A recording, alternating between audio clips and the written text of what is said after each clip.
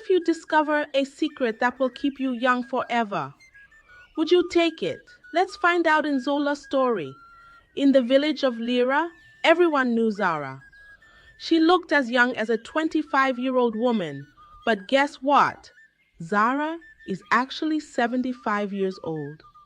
Zara's skin was smooth and glowing. Her eyes were bright and lively. Her beauty was undeniable, and she moved with the grace of someone much younger. Her long black hair, often adorned with fresh flowers, swayed gently as she walked. She even looked more beautiful than people that were actually 25. Everyone that was born the year Zara was given birth to are all old, but Zara still remained young and beautiful. Do you know the secret to Zara's ever young body? Let's find out how it went. The villagers often whispered among themselves, wondering how Zara managed to stay so young. Every time Zara walked through the markets, heads turned and conversations hushed. Mothers admired her, fathers were curious, and even young girls were in awe of how young and beautiful she looked. Many theories floated around the village about Zara's youthful appearance. Some believed she had a secret potion. Maybe she drinks a special herb tea every morning. One woman speculated. She always carries a pouch of herbs, another added. Others thought it was her diet. She must be eating magical fruits, another woman suggested. Some villagers also believed that Zara's garden held the key to her secrets. They thought she grew special herbs and vegetables that kept her young. Have you seen the size of the roses in her garden? Someone whispered. But what kind of herbs and vegetables can actually keep a 75-year-old woman looking as young as 25-year-old woman looking as young as 25? So, the villagers continued to wonder and speculate, keeping their distance and their questions to themselves. Among all the villagers was a young, handsome man called Kito, a curious one at that. Kito was determined to uncover Zara's secrets. He watched her closely, trying to find clues that might reveal the mystery of her ageless beauty. He noticed that Zara never missed her evening walks by the river. He said to himself, how can a 75-year-old woman look 25 and even much more beautiful and younger than an actual 25-year-old woman in my village? There must be a secret to Zara's beauty, and I must find out. One day, Kito decided he could no longer keep his curiosity at bay. He resolved to find out the truth about Zara, no matter what it took, and so he began his journey to uncover the secrets that kept Zara young and beautiful. Kito shared his plan with his best friend, Silo. They decided to follow Zara and uncover her secrets together. They watched her every move, trying to find out what kept her young. One night, Kito and Silo decided to follow Zara secretly. They waited until the village was asleep and then followed her into the forest.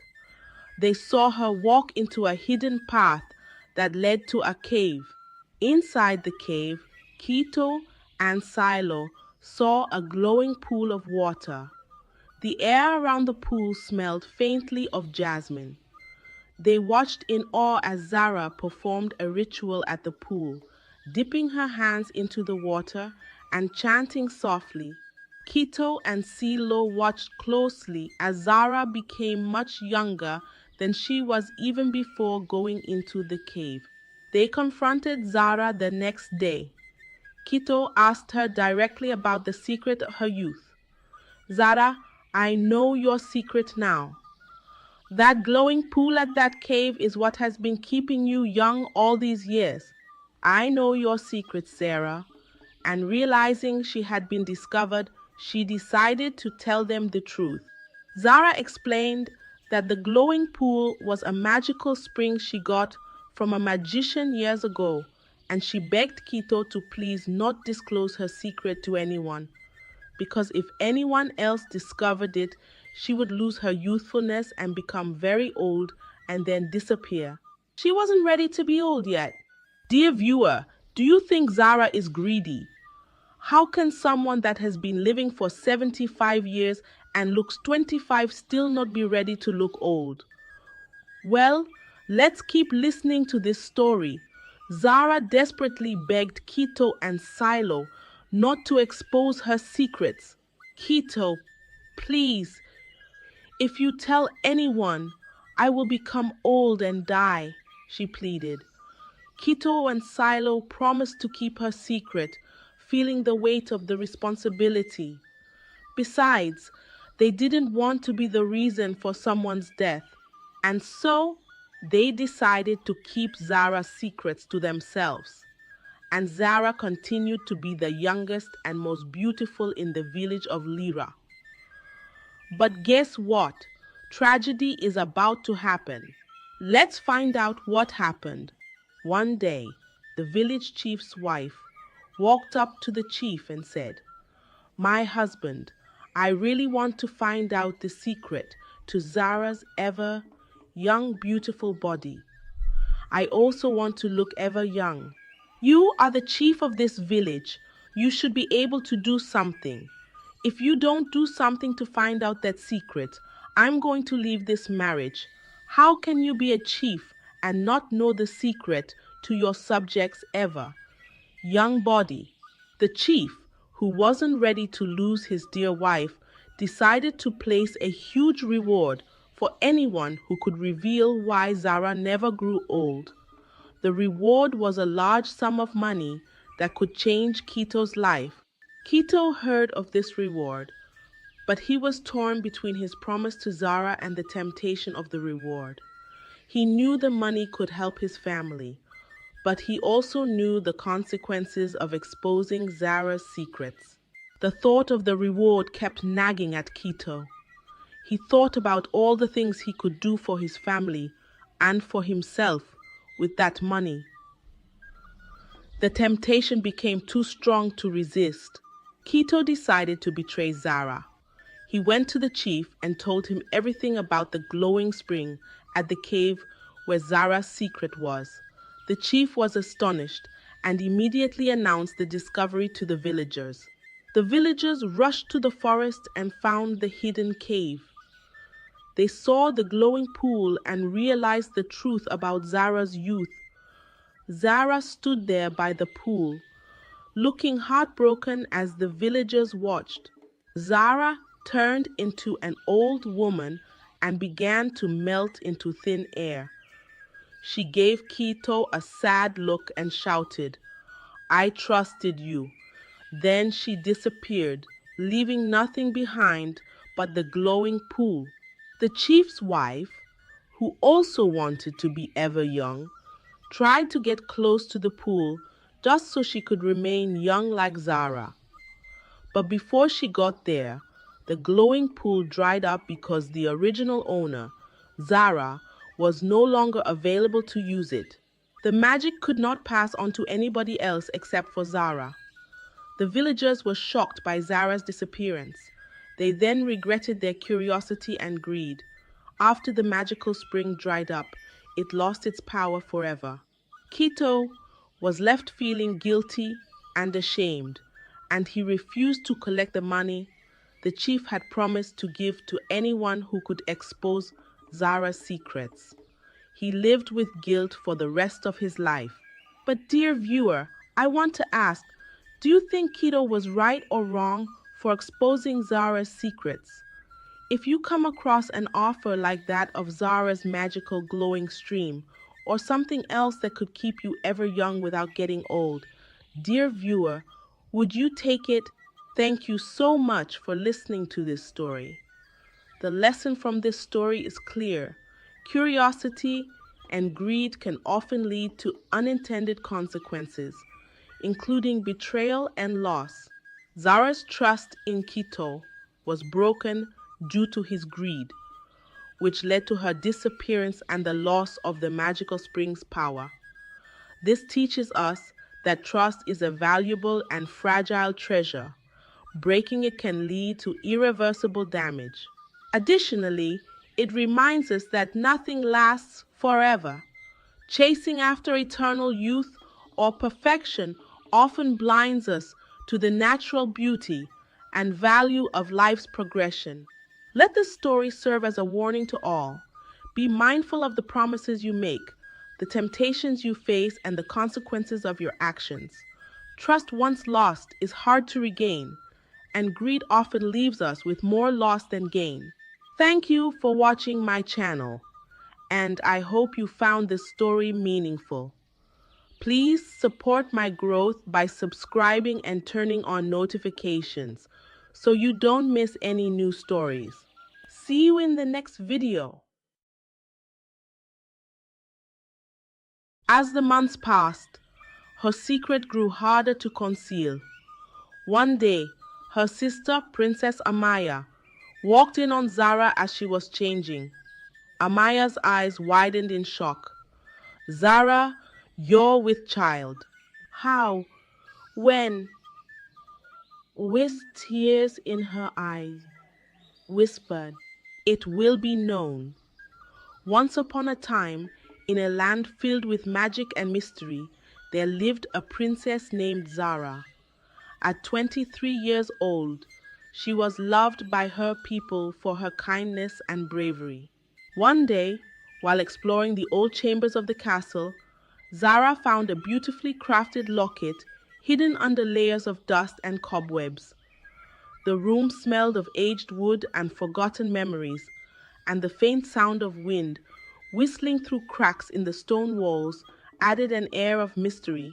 Curious, she opened the locket and was suddenly enveloped in a blinding light. When she could see again, she found herself in a world that was similar to her own, yet different in many ways. The trees shimmered with silver leaves, and the sky was a vibrant shade of purple. A gentle, sweet fragrance of blooming flowers filled the air, and streams of crystal clear water flowed through the land, glinting like liquid. In this parallel world, Zara met a palace guard named Kai. Kai, at 25 years old, was different from the guards in her world. He was daring, with a warm smile that made Zara feel instantly at ease. They quickly became friends, and soon their friendship blossomed into love. Each night, Zara would open the locket to meet Kai, and they would explore this enchanting world together. They strolled through meadows filled with glowing plants that pulsed softly in the moonlight, and shared stories of their lives under the canopy of luminous stars. However, she soon noticed that each visit made her more tired in her real world. Her once radiant skin began to lose its glow, and her energetic stride turned into a weary walk. The flickering candles in her chamber seemed to dim alongside her fading vitality. One day, an old wise woman in her kingdom noticed these changes. She told Zara that the locket was enchanted with powerful magic that came with a heavy price. For every moment spent in the parallel world, Zara's life in her real world was shortened. Zara was heartbroken. She knew she had to make a difficult choice. The next time she met Kai, she explained everything. They both knew what she had to do.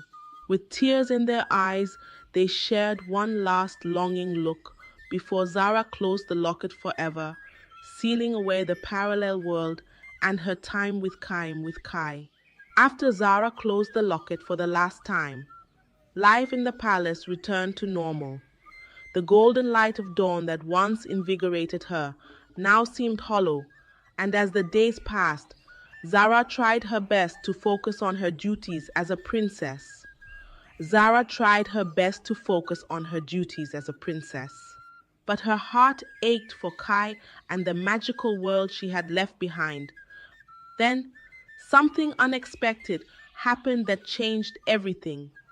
Zara discovered that she was pregnant. Zara discovered that she was pregnant. Yes, pregnant with Kai's child.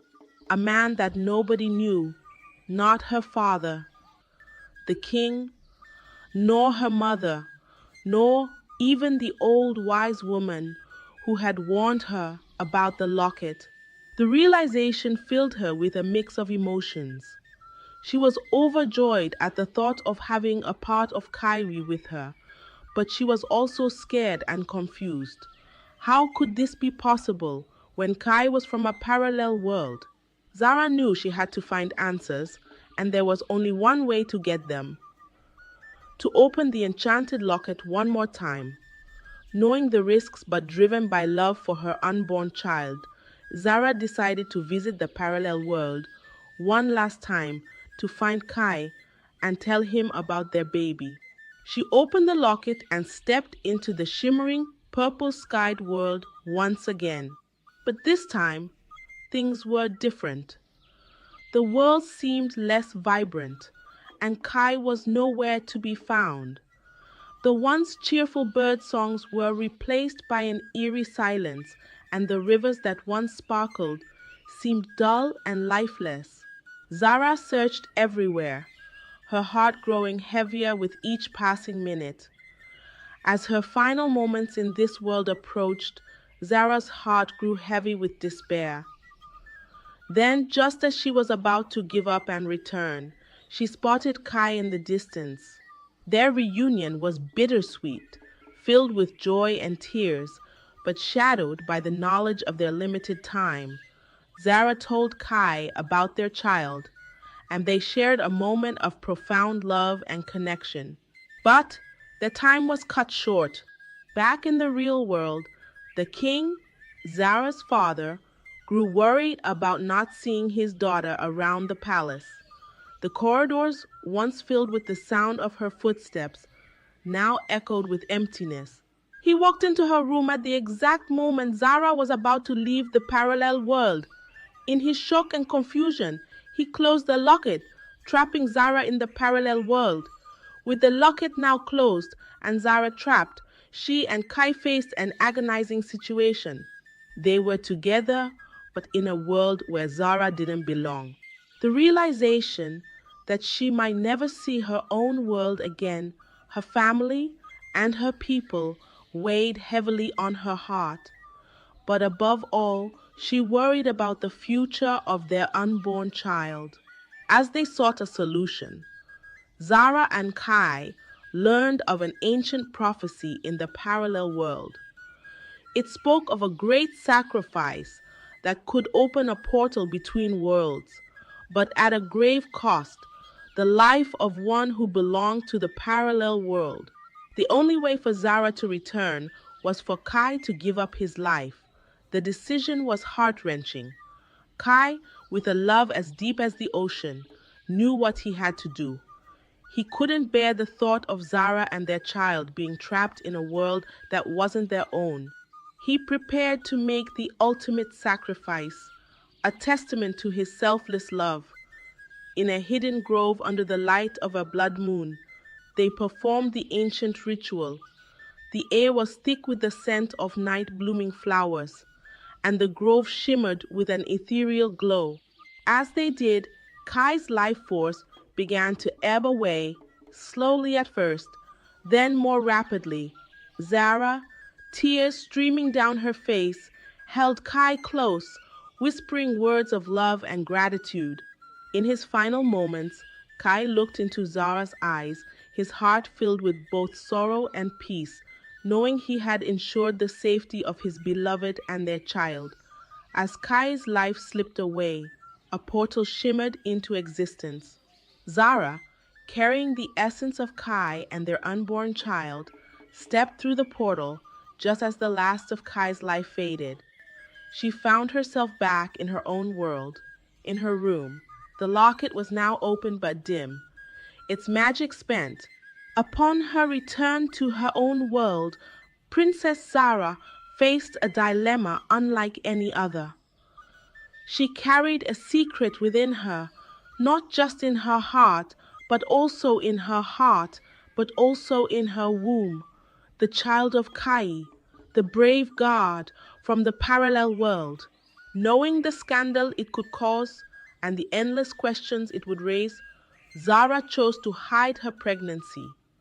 She wore oversized gowns and avoided public appearances as much as possible, hoping to hide her growing belly from the prying eyes of the palace and the kingdom. As the months passed, her secret grew harder to conceal. One day, her sister, Princess Amaya, walked in on Zara as she was changing. Amaya's eyes widened in shock.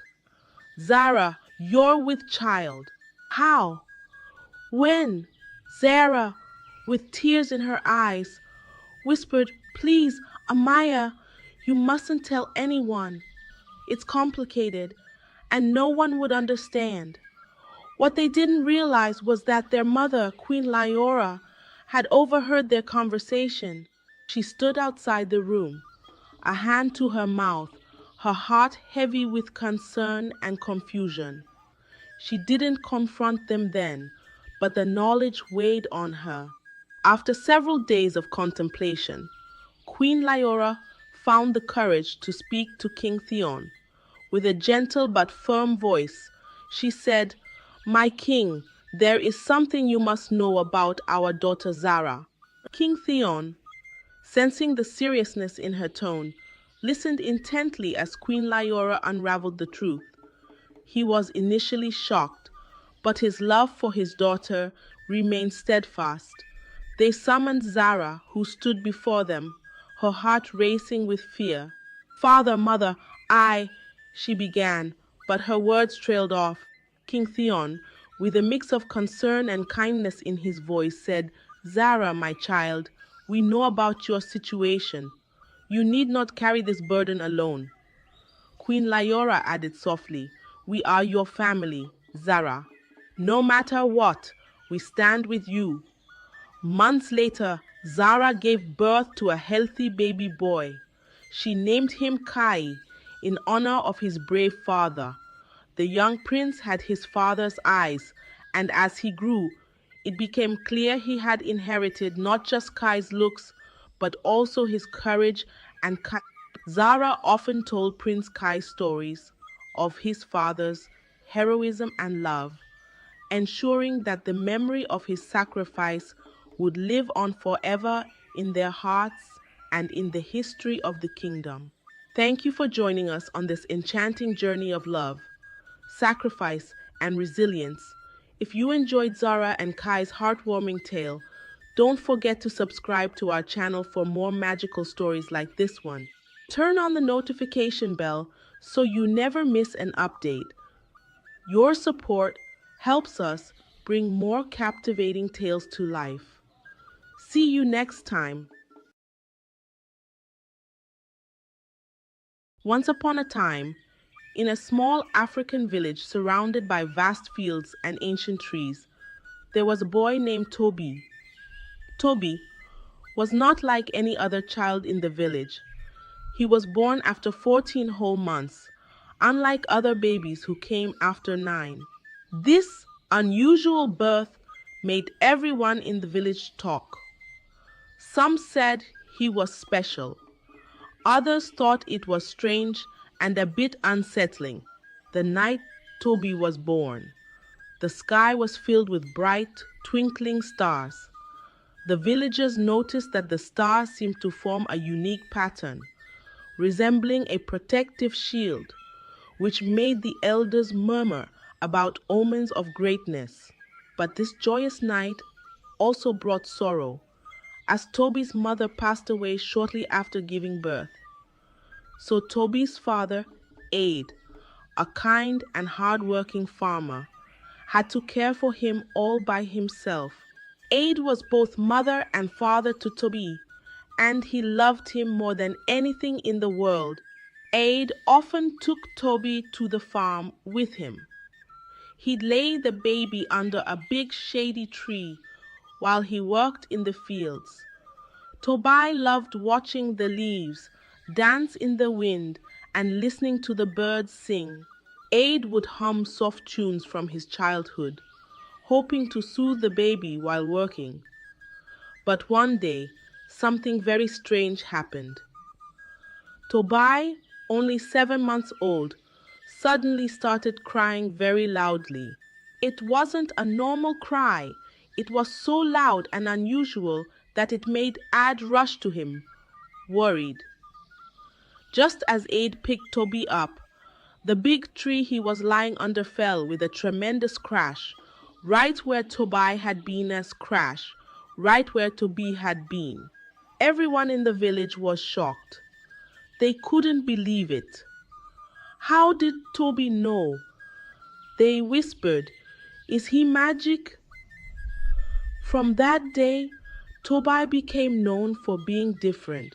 He would laugh in the middle of the night as if he were playing with invisible friends. And sometimes he'd cry loudly as if he was scared or upset by something no one else could see. A few brave children claimed to have seen shadows moving near him when he laughed, but no one could confirm it. As Toby grew older, he started saying things that would come true. He would tell Aid it's going to rain today, and even if the sky was clear, it would rain. But then he started saying things that frightened the villagers. One time he said, "I'm sad because tomorrow we will lose someone." And the very next day, one of his friends in the village became very sick and passed away. People in the village began to avoid Toby. They were scared of his predictions. They whispered, "Is he a sorcerer?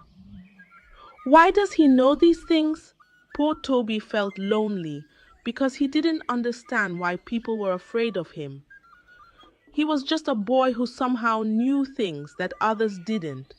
He would spend hours gazing at the stars, wondering if they held the answers to his mysterious gift. This is how Toby's story began. A boy born under a starry sky, loved by his father, feared and wondered about by his village. A boy who was about to discover more about his mysterious gift and how it would change his life and the lives of those around him. In the village, Toby grew up as the boy everyone talked about.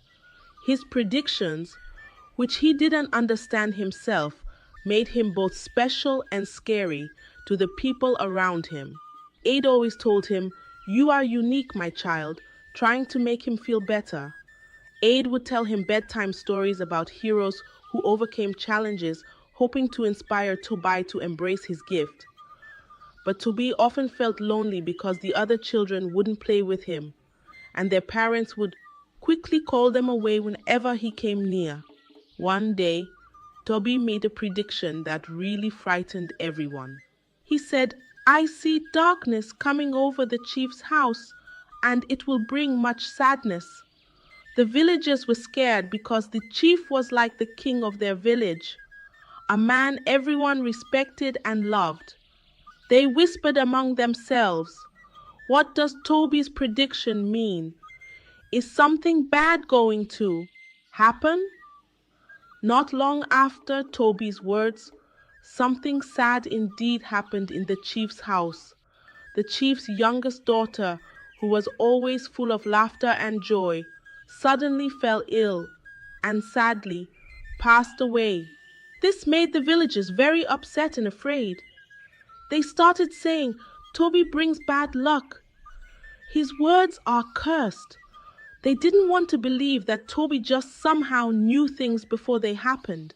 The villagers went to the chief and said, "We must do something about Toby. He's bringing bad omens to our village." The chief, a wise and kind man, was in a tough position. He knew Toby was just a child, but he also had to calm his people's fears. Ad was very worried. He loved his son and knew Toby was not to blame for the things he saw in his visions. He went to the chief and begged, "Please don't punish my son for something he can't control. He's not causing these bad things. He just knows they're going to happen." The chief decided to talk to Toby. He asked, "Why do you think you see these things before they happen?" Toby, with his innocent eyes, replied, "I don't know, chief. I just see them in my mind, like pictures in a dream." The chief, seeing his honesty and innocence, felt a deep sadness for him. He told the villagers, "We cannot blame Toby for the things he sees. He is just a child, a special child, and we should not fear him." But the villagers were still scared. They started avoiding Toby and his father. Toby felt very sad and kept to himself, spending most of his time in the fields with his father or under the big baobab tree, where he felt a strange sense of peace. Sometimes he would draw patterns in the dirt, recreating the starry patterns he saw in the sky. After this sad incident at the chief's house, the villagers were more afraid of Toby than ever. They whispered, "He's not safe to have around, and his words bring only bad news." Toby felt very sad and alone, but Aid was always there, telling him, "You have a gift, Toby. Don't be afraid of it. Don't be afraid of it." The fear in the village grew so much that one day the villagers went to the chief and said, "We can't live with Toby's predictions anymore. He must leave our village." The chief, who had always been kind to Toby, was in a very hard place. He didn't want to send Toby away, but he also wanted to keep peace in the village. Adi pleaded with the chief, "Please don't send my son away. He's just a boy, and he means no harm." But the villagers were firm. They said, "If Toby stays, we will always be afraid. We must protect our village." The chief, with a heavy heart, decided that Toby should be sent away from the village. Toby was heartbroken. He cried, "Why do I have to leave? I never wanted my visions to hurt anyone." Ad held him, trying to be strong, but his eyes were full of tears. On the day Toby was to leave, he said, "I have one last thing to share, a secret that's not mine, but the villagers were curious. They thought, what secret could Toby know?" So they gathered around, even though they were still scared. Toby took them to the chief's house, to a room that was always locked. The chief looked nervous, but Toby said, "The truth is in this room." With a key he had found in one of his visions, Toby unlocked the door. Inside, they found walls covered with names and events, all the bad things that had happened in the village. And there, in the chief's handwriting, were plans showing he had caused some of the troubles, hoping to keep the villagers dependent on him while painting Toby and Aid in a bad light. It was revealed that the death of Toby's mother was the chief's doing. He had wanted to marry her, but she refused and married Aid instead. The villagers couldn't believe their eyes. They were shocked. "Our chief did this?" they asked. The chief had no words. He had been caught. Toby said, "I saw this in a vision. I knew I had to show everyone the truth." The villagers who had been so scared of him now saw him as a hero. They realized Toby's gift was special and that he had used it to save them from the chief's lies. Instead of sending Toby away, the villagers thanked him. They said, "We're sorry, Toby. You're a blessing, not a curse." Adi hugged him, proud and relieved. The chief was the one who had to leave the village, and Toby stayed loved and respected by everyone. From that day, Toby used his gift to help his village. He warned them about bad weather and helped them prepare for good harvests. The villagers would say, Toby is our guardian angel. We're lucky to have him. Toby's story spread to nearby villages, and he became known as the boy who could see the future, a gift that brought him from being feared to being the most loved person in his village. Thank you for joining us on this incredible journey through the life of Toby, a boy who turned fear into admiration with his unique gift. His story reminds us of the power of truth, courage, and the strength of a loving parent. If you enjoyed this tale, please like this video, share it with your friends, and subscribe to the channel for more captivating stories like this one. Together, let's explore more lessons of life, hope, and resilience. See you in the next story.